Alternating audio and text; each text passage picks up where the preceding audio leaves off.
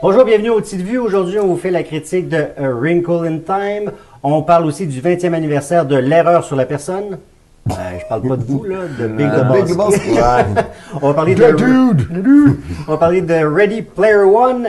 Et, étant donné qu'on a loué des tuxedos pour rien, parce qu'il aurait fallu écrire le super scénario de Get Out pour gagner quelque chose. On va quand même parler de la soirée des Oscars. Un petit retour là-dessus, messieurs. Un bref retour. Un bref retour. Oui. Ouais, alors, pour ceux qui l'ont écouté, les autres... Moi, je l'ai pas regardé. Il semblerait que je suis le seul qui l'ait regardé. J'avais 4 heures de ma vie à faire autre chose. Non, mais écoute, le fast-forward existe, OK? C'est pour ça que j'ai mis ça. Tu regardes... Non, tu peux faire du fast-forward. Il y a des choses intéressantes pareil. N'empêche que, selon nos prédictions, ça s'est passé. Il y a Jennings, Frances McDormand, Sam Rockwell. C'est pas vraiment des prédictions, c'est un copier-coller des Golden Globes. Moi, c'est ça, je trouve, des Oscars. C'est pas un copier-coller. Souvent, là, ils essaient de faire différent juste pour être différent, là. Puis eux autres, ils ont du lobbying, là. Il y a quelqu'un qui... La seule fois qui a été différente, c'est The Shape of Water qui a gagné, là, par rapport aux Golden Globes. Mais le reste, je veux dire, c'est un copier-coller des Golden Globes. Même, je trouve, le problème des Oscars, c'est que il n'y a pas de thrill à regarder ça. T'as le gala des meilleurs scénaristes. Bon, là, il y a un scénario, les scénaristes gagnent. Meilleur directeur photo, il y a un gala pour ça. Là, tu arrives aux Oscars, c'est comme, ça devrait être lui, il a gagné à tel gala. Tel prix. C'est comme si on avait des prix gala, puis finalement, on avait le gala officiel. C'est ça. Ouais, c'est comme si je te disais, m'a te servi du gâteau au chocolat pour le dessert, mais comme entrée, je te donnais un Mae West au chocolat, une demi-lune au chocolat, vraiment le gâteau au chocolat à la fin, c'est comme, j'ai déjà mangé avant. Je suis comme pas d'accord parce qu'il y a des variétés de chocolat. Est-ce que vous avez l'impression, je sais pas, là, pour moi, c'est ce que je ressens, est-ce que vous avez l'impression que votre équipe gagne jamais aux Oscars? Le film que vous voulez qui remporte ça arrive souvent. Mais, sauf que cette fois-ci, dans les catégories par rapport à les devoirs qu'on s'était donnés pour les films, j'ai trouvé que c'était méritant. Parce que les années passées, il y en a plein qui avaient tellement pas rapport. Tu te demandais, quand on parle de lobbying, là, OK, tu pousses, tu peux mousser, mais c'est pas à cause que tu as moussé puis tu as donné plein d'argent à je sais pas qui, là, que tu devrais même être nominé. On prend, Meryl Streep, là, est-ce qu'on peut lui donner un Oscar à vie puis dire reviens plus, c'est fini, il faut continuer à faire tes films. Là. Oui. Non, elle a pas remporté, mais c'est juste un peu ridicule. Donner la chance aux autres. Oui, puis tu sais, de pause là-dedans, tu sais, ordinaire. Non, mais tu sais, bonne. Elle fait sa job. Oui. Tu sais, en tant que bonne actrice, surtout de ce niveau-là, on sait qu'elle va faire un bon travail, mais tu sais, il y en a plein d'autres qui auraient mérité d'être à sa place. Je l'ai dit, Jessica Chastain aurait dû être là pour Molly's Game. Molly's Game, oui. Elle apportait le film. C'est pas comme justement Meryl Streep dans The Post. C'est accessoire. Oui. Elle joue un bon Pauline Marois, là. Ouais, c'est ça. Je pense que c'est bien dit, là. Mais sinon, j'ai bien aimé que Sam Rockwell gagne. Dunkirk, je sais pas. Mais... Non, Dunkirk, c'est correct. C'est plus technique. Oui. Parce que côté montage, puis montage sonore, c'est vraiment, si vous n'avez pas eu la chance de voir ce film-là, impressionnant. Parce que c'est une expérience ambiophonique. C'est plus... Ouais, Stéphane avait raison là-dessus. C'est plus une expérience cinématographique que regarder un film avec une histoire parce qu'il n'y a pas de dialogue ou rien. Là. Puis l'histoire, c'est qu'est-ce qui se passe. Il n'y a pas... il réinvente rien dans la roue là, sur la base scénarique. Mais le son, c'est même la musique, c'est même pas de la musique, c'est ambiophonique, hallucinant. La façon qu'ils ont fait ça, là, c'est un beau travail. Comment expliquer que, par exemple, Get Out a gagné, ils vont regarder ça dans 20 ans puis ils vont se dire pourquoi on n'a pas fait gagner Three Billboards, par exemple. Comme ils ont fait pour certains films, comme Shakespeare in Love. Le méchant va sortir? Ouais, le méchant va Moi, quand on avait parlé des nominations, on disait qui va gagner, tu dis, ça dépend, qu'est-ce qui va le passer comme message. Ouais, mais le message. As-tu cette année, il n'y a pas eu de gros scandales, il n'y a pas de noir qui a gagné, Mais quand tu regardes les gagnants, là, tu fais, OK, moi j'avais dit dans le meilleur film, ça va peut-être Call Me By Your Name, s'ils veulent donner on va souligner le cinéma qui met des gays. Ils ont réglé ça, ils ont fait un film étranger, c'est un film qui met en vedette une transgenre. Ça, c'est réglé. Bon, là, les Noirs, on va gagner le scénariste de Gala. Il y a un Noir qui a gagné. Là, peut-être, là, je suis pas ça loin, mais The Shape of Water, là, ça fait longtemps qu'on n'a pas eu meilleur film, meilleur réalisateur pour le même film. Et là, c'est drôle, c'est un réalisateur d'origine mexicaine qui gagne. Fait que... Est-ce que c'était un message à Donald Trump? Ben, toute la soirée était un message à Donald Trump. Oui. Le hashtag MeToo, Never Again, puis tout ça, ils se sont tous permis... sans aucune il n'y a pas eu de grand cri de scandale puis tout ça. Donc, moi, ce que j'ai lu, qui a fait un pseudo-scandale, en tout cas que le monde n'a pas aimé, c'est quand Emma Stone, elle a présenté sa catégorie, puis elle a dit voici la catégorie où il y a 4 gars, et elle a nommé par son nom la fille. Là, le monde a dit ouais, mais c'est parce que dans un gars, là, il y avait un noir, c'est une minorité. C'est comme si tu flushais une minorité pour en glorifier une autre. Ça devient complexe. Mais écoute, ça devient dans la catégorie, il y a un musulman, mais il y a 4 catholiques. Là, je veux dire, c'est des femmes en nomination, c'est correct, il n'y en a pas assez qui réalisent, mais des femmes en nomination, il y en a déjà eu. Là. Oui, ça, je suis d'accord. Le film de piano, le Jane Campion, c'était une femme, puis Catherine Bigelow, c'est une femme aussi. C'est loin d'être un film type de fille aussi. Là. Ouais, c'est ça. Fait que, tu sais, je trouve que là, je pense que c'est ça qui a fait que les codes d'écoute, parce que ça reste les pires codes d'écoute cette année. Je pense que c'est tout ce côté politique-là que le monde sont. Il y a ça aussi, puis je pense que c'est une question de longueur aussi. Les gens sont tellement habitués avec les YouTube qui durent 2 minutes et demie, là, ou 20 minutes dans le cas. Bing, bing, bing, bing, bing. Non, mais c'est vrai. Déjà, le côté speech, là, on devrait dire accepte ton patent, puis les speeches, on va les mettre en ligne, puis tout le monde pourra les voir indépendamment. Trouver une formule pour accélérer ça. Exactement. Parce que là, c'est. Je sais pas, comme là, il y en a qui disent la solution, c'est que tous les prix techniques fassent un gala hors d'onde. Moi, je suis contre ça. Parce que ça devient encore un show que c'est juste pour voir de la vedette. Puis je m'excuse, mais le cinéma, c'est pas juste de la vedette. Peut-être parce que nous autres, on est trop plus cinéphiles, puis ça nous intéresse de savoir c'est qui le meilleur directeur photo. Mais c'est pas seulement ça, c'est que, on le sait, là, la plupart du monde qui ont fait du cinéma un peu, si l'effet technique est là, l'acteur est pourri. Exactement. Alors, c'est même pas l'acteur qu'on devrait voir, on devrait voir plus l'équipe technique puis les acteurs avoir leur gala l'an dernier, puis on s'en fiche, on les nomme, puis on les voit, puis c'est tout. Parce que sans le technique, là, il n'y a rien, là. Exact. Mais l'autre chose, le réalisateur qui dirige tout le monde, là, tu sais, t'as besoin de tout ça, là. L'autre affaire, c'est que, les organisateurs se plaignent des codes d'écoute, mais c'est dans les sections de prix techniques que tu as les films qu'on pourrait dire grand public, c'est ces films-là qui peuvent attirer du Star monde. Wars est là. Star Wars, Planet of the Apes, Guardians of the Galaxy, Logan. C'est tes prix techniques qui amènent le cinéma populaire. Mais est-ce qu'il n'y a pas aussi un problème, justement, à ce niveau-là? C'est parfait qu'on fasse l'apologie de ces nouveaux films-là qu'on veut que les cinéphiles découvrent, mais on ne fait pas gagner peut-être assez, justement, ces films-là, que les gens vont véritablement voir. Le film populaire n'est pas mis de l'avant beaucoup. Il n'est pas mis de l'avant, puis... C'est à cause de la reine intellectuelle, là. Déjà, à chaque fois, c'est pas qu'ils crachent dessus, là, mais ils les reconnaissent pas à leur pleine valeur. Qu'est-ce que ça On les reconnaît juste quand on fait des montages exceptionnels, puis là, on les voit... puis la grosse joke là-dedans, tu regardes, un de leurs meilleurs réalisateurs, Spielberg, lui, sa force, c'était le populaire public, puis... ça a pris tellement de temps aussi avant qu'il lui donne un Oscar. Moi, j'ai vu un vidéo sur YouTube. Justement, il y a un gars qui a fait toute une recherche, les 5 galas qui avaient attiré le plus de codes d'écoute, puis ceux qui avaient attiré le moins. Puis ce qu'il s'est rendu compte, c'est que tous ceux qui ont eu le plus de codes d'écoute, c'est où tu as eu des gros films populaires. L'année de Titanic, l'année de Braveheart, l'année d'Avatar. Ça prend un film événement que tout le monde, c'est ce qu'on appelle le buzz. Là. Mais cette année, il n'y en a pas eu de buzz. Puis même, ça m'a fait rire parce que quand j'ai écouté l'émission C'est juste la TV, il y a une des chroniqueurs qui a dit en plus, les films qui en ont fait en nomination, tu dis ça au monde, ils ne savent même pas c'est quoi.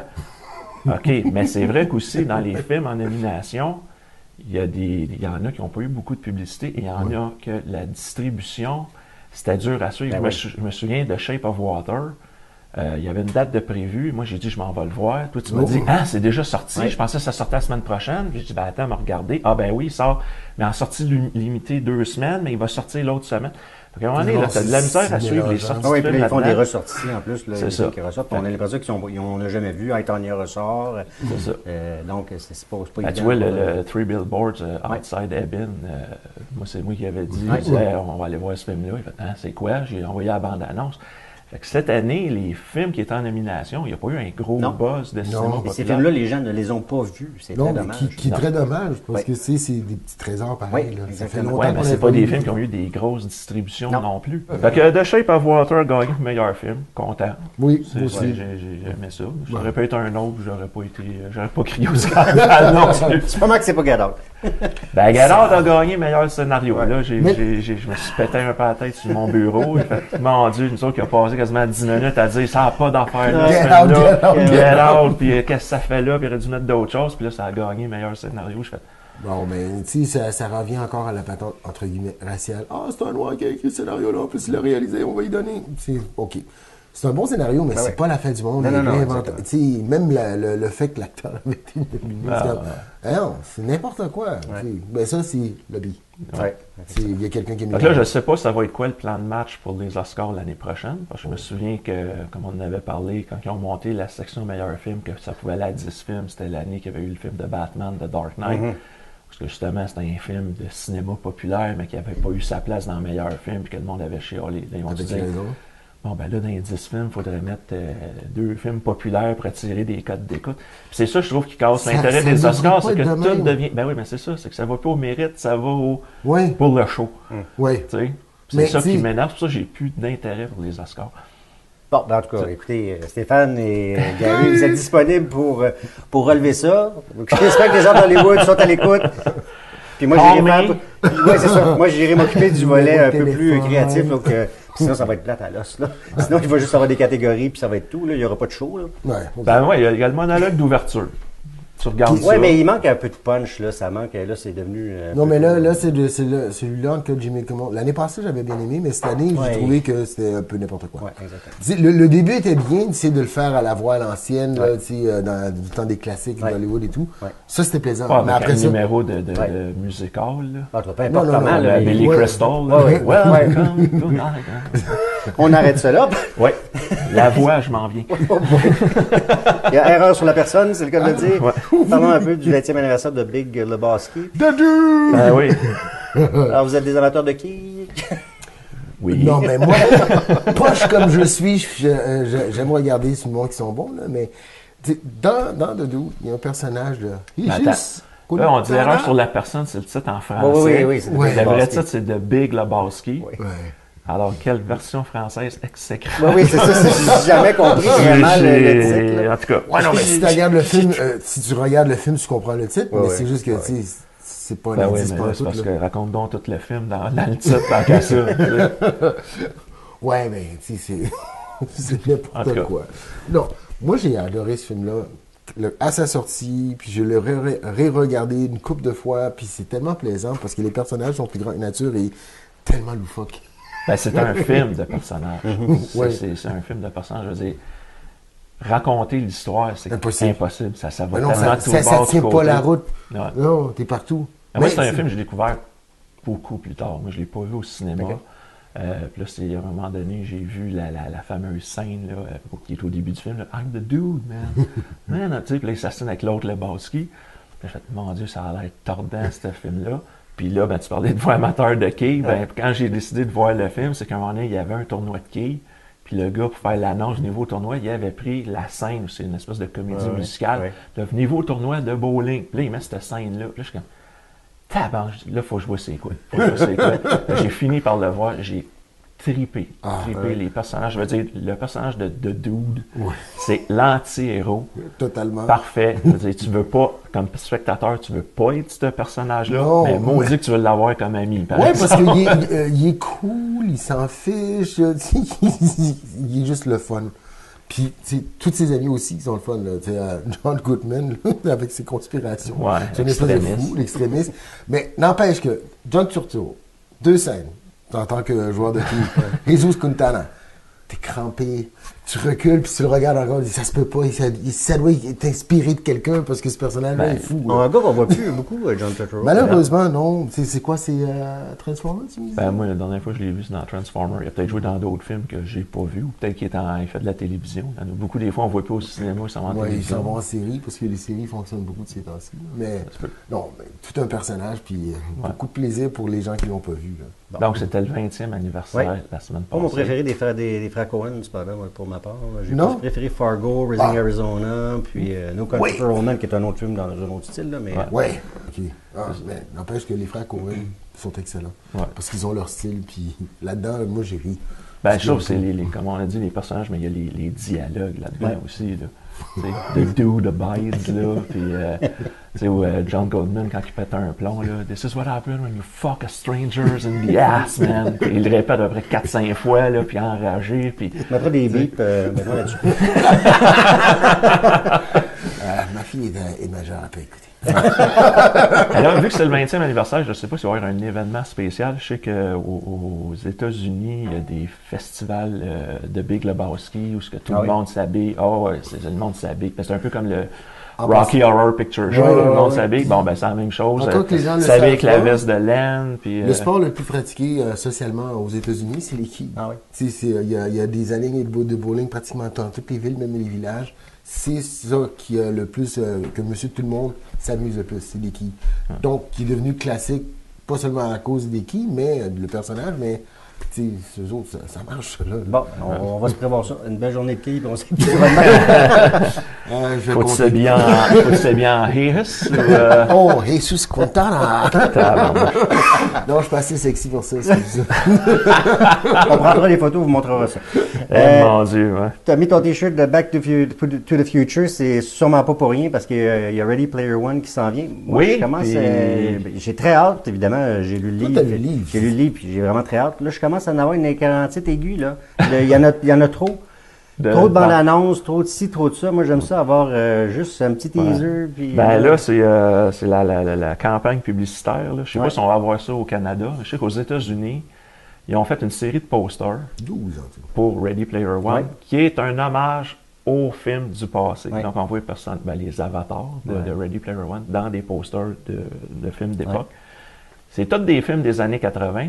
Sauf un, là. Ben, un ou deux, ouais. Il y a le poster de Bullet. Matrice. Qui m'a surpris. Iron Giant, qui est plus années 90. Fait que c'est le fun. Je dirais pour des vieux. Parce que j'ai lu un commentaire quand j'ai vu l'article, parce qu'on peut commenter sur Internet. Puis je pense que c'est un jeune qui a écrit. Puis j'ai fait, c'est pas fou ce qu'il dit. Il dit c'est parce que moi, les posters que je vois là, il y en a le 2/3, je sais pas c'est quoi. Il dit mais que j'aille voir le film, là, c'est-tu juste des vieux qui vont être dans la salle, qui vont triper? Tu sais?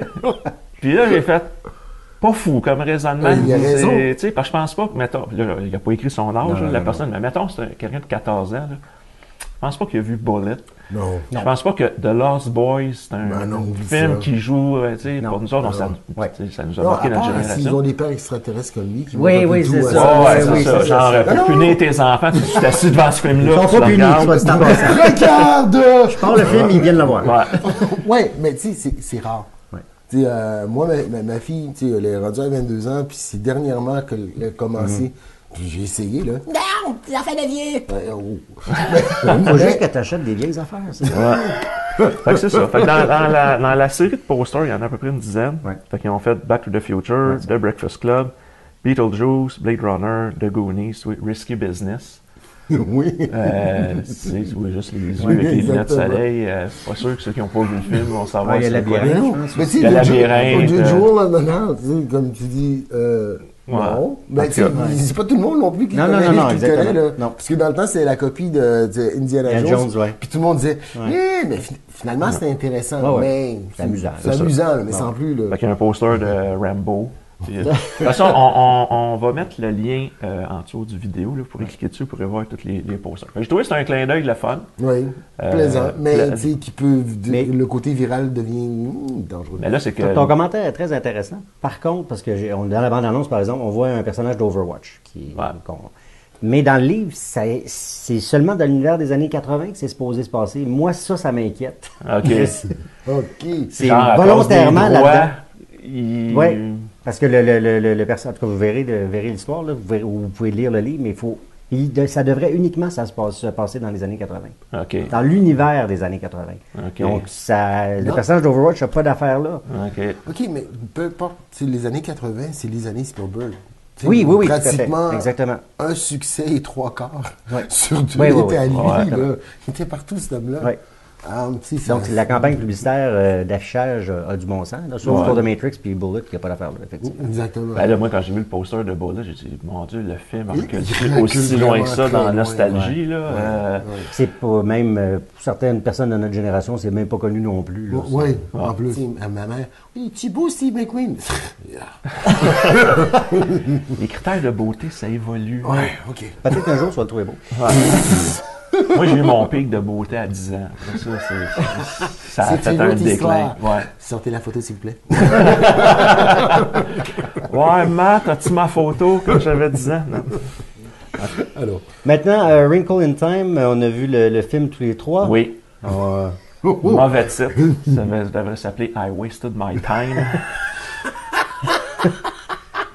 Mais vas-y, alors. Vas-y, commence, puis après ça. Non, je veux pas briser votre plaisir. Non, mais si tu as fait ça, peut-être que nous, on aimait ça. Tu sais, on a eu un échange de messages Messenger, puis c'était drôle par rapport à qu'est-ce qu'on écrit le côté Disney. Là, c'était un film Disney, mais j'ai oublié de mettre ma Switch complètement à off pour retourner à 12, non, même pas 8 ans, parce que c'est histoire simple, effet super beau, léché et tout, mais comme, même s'il dure quoi, 1h45, des fois j'ai dit, hey, je vais m'endormir. Ça dure 1h45? Ouais. Je pensais que ça durait 3 heures. Moi aussi. Bon, tu vois, c'est hallucinant, hein? Ouais. Non, mais tu sais, en plus, tu vas Oprah Winfrey, ouais, pour les fois qu'on la voit puis qu'elle laque pas, elle fait juste parler, c'est n'importe quoi.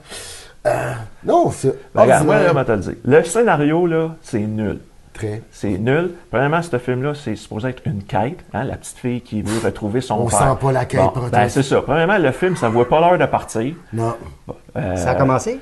C'est ça. Okay. C'est justement ça. C'est que tu regardes le film, là, tu fais, bon, OK, là, on me présente les personnages. La façon dont on présente les personnages, c'est bâclé à l'os, là. Je veux dire, c'est comme, OK, c'est une petite fille, elle va à l'école, elle se fait intimider. OK, next, passe à d'autres choses. Oh, regarde, en passant, son père est là. Oh, il est la petite fille dans la fenêtre, là, qui est là. Ouais, c'est ça. Puis à la fin. C'est ça. Salut! Fait que ça vaut pas l'heure de partir. Puis là, comment on dit ça? Ça vaut pas l'heure de partir. Puis là, il y a la fameuse scène avec le barbu. Là, Chris Pine? Non. Celui qui joue dans The Hangover. Suzy McKiss? Zach Lienert. Bon, OK, il est là, 12 minutes. Moi, je me suis dit, on a un petit 5-10 minutes de plaisir. Même pas. Fait que là, dans cette scène-là, où ils font comme là, ils font de la méditation, ça va leur aider à retrouver le père. Puis là, ils décident que non, peut-être qu'il veut pas y trouver. Puis là, t'as la petite fille. Ah! Non! On est si près du but! Là, soit dit en passant, elle n'a aucun charisme. Ouais, j'ai dit si près du but. Même quand vous avez rien fait. Vous êtes si près de quoi? D'avant, vous avez rien fait. Non, c'est ça. Fait que là, quand le film, la quête part, mettons, là. Mais elle n'est jamais partie, la quête. Elle n'est jamais partie. Non seulement ça, le film fini, le seul personnage intéressant, c'était son frère. Tu dis, non, son frère? Attends. Le petit Christ qui se prend pour l'antéchrist. Exactement, le petit Christ, comme tu dis. Children of the Corn, tant qu'à ça, tant qu'à voir c'est que le petit commence à être intéressant, puis comme on le fait, on le transforme en un méchant par rapport qui est dans qui possède les ça a l'air d'un film de Robert Rodriguez, mais pourri, là, tu sais, là. Ouais. Tu sais, quand tu fais ce film pour enfants, là. Ouais, exactement. Ouais, c'est Spy Kids, ça. Ouais, mais même pas Spy Kids, là, c'est Shark Boy and Lava Girl. Oh my God, c'est ultra mauvais. Ça, c'est une autre affaire. Les personnages qu'ils nous montrent, la plupart m'ont tapé ses nerfs. Le petit frère, je voulais l'assommer. Oui, au début, le personnage de Reese Witherspoon, là, elle arrive, elle sort de n'importe où. Elle est habillée en drap, là. Ouais. Là, c'est comme, OK, c'est correct, c'est un punch, mais on t'explique pas en tout rien. Tout est fait en surface. L'autre bonne femme là, qui s'endort tout le temps puis qui dit. Elle court dans un champ habillée comme dans une shop vac. Ouais. C'est ça. Puis Oprah. Oprah, je veux dire, elle avait des bouches toilettes puis une cure-dent. Oprah, elle a fait ce que je m'attendais et le film est tombé dans ce que je m'attendais avec l'image. Elle a l'air de Maya dans Cosmos 1999, son maquillage. Là. Ouais. Ah, c'est vrai, ça. Mais le film, c'est ça. Fait que Oprah est là pour faire ce qu'on s'attend à cause de son image publique, et l'image maternelle. Elle fait du maudit preaching, là. À un moment donné, là, quand ils disent, ils voyagent dans le Tesseract, là. Puis là, la petite fille, là, elle se fait tout le temps mal. Puis là, tu sais, dans la vie, il faut affronter ses peurs. Là, je fais, hey, gars, là, t'es pas obligé de me souligner ça au gros crayon. Voici le message du film. Puis, en tout cas, fait que le film, ça part pas, puis ça finit pas. Ça a l'air d'un gros Alice aux merveilles. Ouais. En tout cas. Deux? C'est nul. La grosse merde, tant qu'à moi, là. J'ai perdu. Puis, une autre affaire, là. Peux-tu me dire le personnage du petit gars qui part dans la quête, là, l'ado, là, qui se fait. Pas qu'il devient son ami du jour au lendemain. Écoute, il est tellement absent, là, dans le film, qu'il y a même un plan. En tout cas, il y a un mauvais raccord, il est plus là. Tu sais, quand ils sont dans le champ la première fois qu'il est trophé, il apparaît. Non, mais c'est pas un mauvais record. Il a trouvé le script tellement mauvais qu'il a dû se dire, hey, moi, je m'en vais. Il a compris. Ouais, mais tu sais, au-delà de ça, quand tu regardes le budget qu'on leur a donné, elle est tournée en Nouvelle-Zélande, puis ça, tu te dis, OK, il y a une absence de scène à plein de choses. Finalement, les gars en CGI se sont fait la passe quelque chose dehors, là, parce que c'est 112 millions de budget. Ah oui, c'est ça. J'ai trouvé, c'est complètement défini. Donnez-moi 1%, s'il vous plaît, juste 1%. Je veux dire, OK, c'est quoi, dire, les effets spéciaux, c'est quoi? Du super beau gazon, là? Qu'est-ce que c'est ça? Oh! Ben, c'est quand elle monte le plan se dessine. Je pense que ça serait ça, la grosse scène d'effets spéciaux. Quand elle revient, on dirait qu'elle tombe dans du papier de toilette. Je veux dire, non, quand les fleurs, le gars, il tombe, puis les fleurs... Non, mais c'est pas les fleurs. Moi, c'est quand elle revient, là, dans l'espèce de je sais pas quoi, là, puis là, elle tombe, on dirait que c'est du papier de toilette. C'est dégueulasse. Ouais, fait que, non, c'est Charmin, c'est ça? C'est Charmin, mais c'est pas charmant. C'est ça. Fait que les personnages, c'est ça, on sait rien sur eux autres. Qu'est-ce qui est relié d'un à l'autre? Les trois filles clochettes, là, si on peut appeler ça de ouais, même. c'est ça, les trois filles morales. La relation entre les trois, c'est nul. Ils n'ont aucune relation. De toute façon, ils ont probablement été filmés indépendamment. Là. Je sais pas. Après ça, quand ils trouvent la scène sur la plage, ça aussi, c'est que c'est sûr que quand on va comparer ça avec le magicien d'Oz, OK? Ouf. Non, mais tu sais, je veux dire, il y a une quête, là. Elle, faut qu'elle trouve le magicien, puis d'une étape à l'autre, il rencontre un personnage, puis il se passe de quoi, puis bon, la gang grossit. Mais là, il rencontre un personnage, faute d'un vidange, il arrive à une autre étape, rencontre un autre personnage, il est d'un vidange, t'es comme... C'est quoi, là? Tu sais? Puis la quête, en plus, c'est que dans le milieu du film, là, on va ouvert le punch parce que c'est pourri. Là. Dans le milieu du film, là, elle trouve son père. Là, je fais... OK, mais le film est fini. Oui, alors, ça doit pas l'heure de finir. Encore une heure! Ben oui, t'es comme, c'est quoi tu veux me montrer? Puis là, on tombe dans le gros preaching, là. Là, faut que tu te confesses. Puis là, quand là, son petit frère, il est possédé, puis là, je t'aime! L'amour vient tout! Ben oui, ben tabarnouche, man. Tu peux être un peu plus subtil, là? Fait que moi, c'est un gros 2 sur 10. Puis c'est parce qu'il y a une scène que j'ai trouvée visuellement belle, de fun, c'est quand elle vole, là. Mais c'est pas comme dans Ferngully, il me semble que dans Ferngully, on a beaucoup plus de plaisir là-dedans. Oui, mais Ferngully, il me semble qu'il y a une bébite pareille. Ouais. Oui, moi, ça me faisait penser à Neverending Story. Avec le gros chien qui vole. J'avais la toune qui me jouait dans la tête. On voit l'inspiration. Il faut pas que tu chantes, hein? Non, c'est ça. Ça fait 2 fois. Je pratique pour la voix. Ah, OK, c'est vrai. Moi, c'est pas pour les auditions à l'aveugle, c'est pour les auditions pour les sourds. Moi, j'y donne 1 quand mon fils a applaudi à la fin pour dire que c'était fini. Écoute, moi, quand ça a fini, j'ai jamais vu une salle se vider aussi rapidement. Je pense que le projectionniste le savait, il a dit bon, c'est fini. Écoute, non, il y a au moins 3 personnes qui sont sorties pendant le film. J'ai compris. Tu sais, d'habitude, tu sors et tu dis, bon, ben, tu sais, les gens qui sont à la sortie, tu dis, bon, t'es un peu déçu pour eux. Là, tu te dis, ben, c'est bon, vraiment de gaspiller votre argent. Là. Ouais. Au moins, c'est en matinée. Attendez même pas une sortie en vidéo.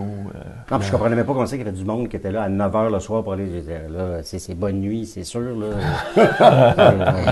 Moi, j'espérais m'endormir, ce qui n'a pas été le cas. Là. Fait que c'est pour ça, c'est pas pour rien qu'aujourd'hui, pour toutes les affaires dont on a parlé, I'd rather be sleeping. Moi, je suis surpris, j'ai pas fait mon geste typique.